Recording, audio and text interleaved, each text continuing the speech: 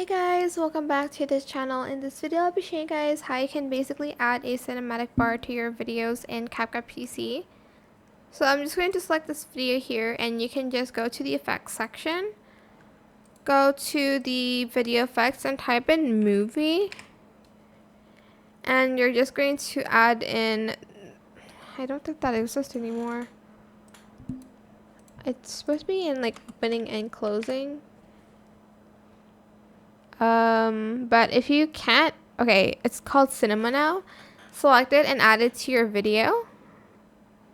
You can either do that or you can use the mask tool. Select it, go to mask and select the mirror one. And you can start it from here.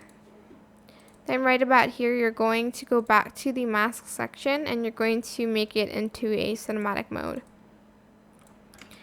And that is pretty much it. I hope this tutorial was helpful for you guys. Don't forget to like, comment, share, and also subscribe to this channel if you haven't done that already. If you have any more questions, just leave it in the comment section down below. I will try my best to answer them all for you guys.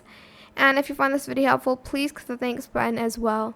That is it for this video. Thank you so much for watching. Bye!